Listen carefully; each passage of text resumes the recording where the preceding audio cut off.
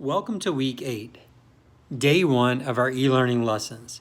This will be our final week as we finish up the academic year for 4th grade. Our performance task: how can I compare and contrast two items or events in a text? I will need to use text evidence, clues from the reading, and my own knowledge to compare and contrast.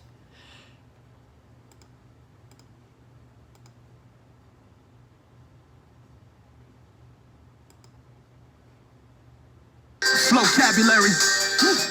We're comparing and contrasting. Let's get it. Everybody's doing it. In fact, we do it all the time. We compare and contrast when we're in the store deciding what cereal to buy. We compare and contrast when we pick up what movie to see or what player we want for our fantasy football league. I'll break it down for you.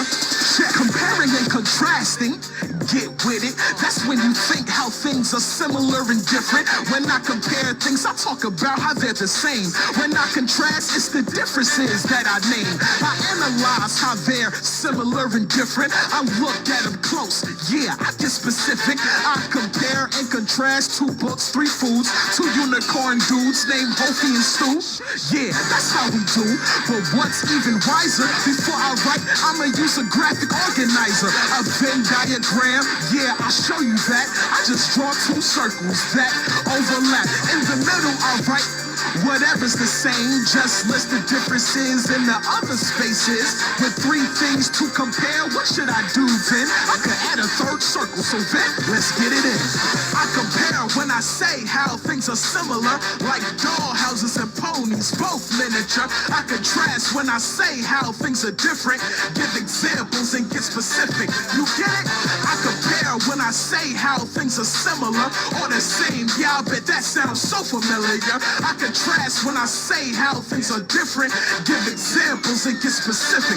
You get it? Okay, I have to write an essay. Here's the prompt. Would you rather be a wolf or a domesticated dog? Domesticated dog is like a pet. I'ma compare and contrast. That'll help me pick. I use transition words to help my readers know that I'm comparing and contrasting. Here we go. First, I'll compare how they're the same. Both have fur coats for the wind, snow, and rain. Domesticated dogs love to play together. Similarly, both puppies will play in any weather. Pet dogs have paws. Wolves do as well. Likewise, they both will eat meat. Can you tell? To see how they're different, let's contrast. Most wolves have longer teeth, and that's a fact. If a wolf gets sick, there's no medicine. In contrast, pets go to the vet. They let them in. Domesticated dogs don't worry about food. They get fed in the bowl. I bet they love it too. Unlike a wolf, which has to hunt, and if it can't find much food, they go hungry for months. A wolf can run free, do anything it pleases, while domesticated doggies are tied up with leashes. So while I might like to be a pet dog for a while, I want to be free. That's the call of the wild. I'm a wolf. I compare when I say how things are similar, like doll houses and ponies, both miniature. I contrast when I say how things are different, give examples and get specific. You get it? I compare when I say how things are similar or the same. Yeah, I bet that sounds so familiar. I contrast when I say how things are different, give examples and get specific. You get it?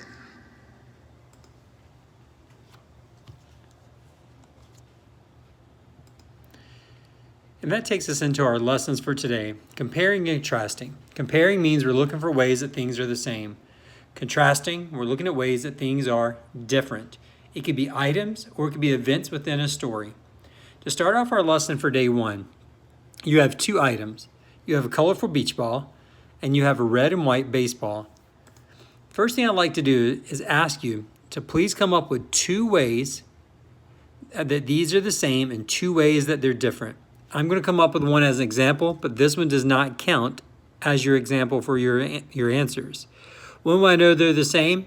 They're shaped as a sphere. One of the ways I know that they're the same is I about gave you answers. I can't tell you the others for that. You're going to have to tell me on your own 2 more ways how they're the same. And on the other part that I'm looking at is I need to tell that 2 ways that they're different. I'll give you 1, but you also got to come up with 2 more ways that they're different on your own. One way that they're different, one is meant to be played with in the water. The other one is meant to be played with on grass and dirt. I need you to come up with 2 more ways that they are different and 2 more ways that they are the same. So take your time and be creative to come up with real ways how they're similar and different. Compare, contrast. Once you get done, you are going to work on a handout for the rest of your day 1 assignment. When you read a story, you can use words and pictures to compare and contrast 2 characters. When you compare, you look for things that are the same. When you contrast, you look for things that are different. Look at these details in the story to compare and contrast characters.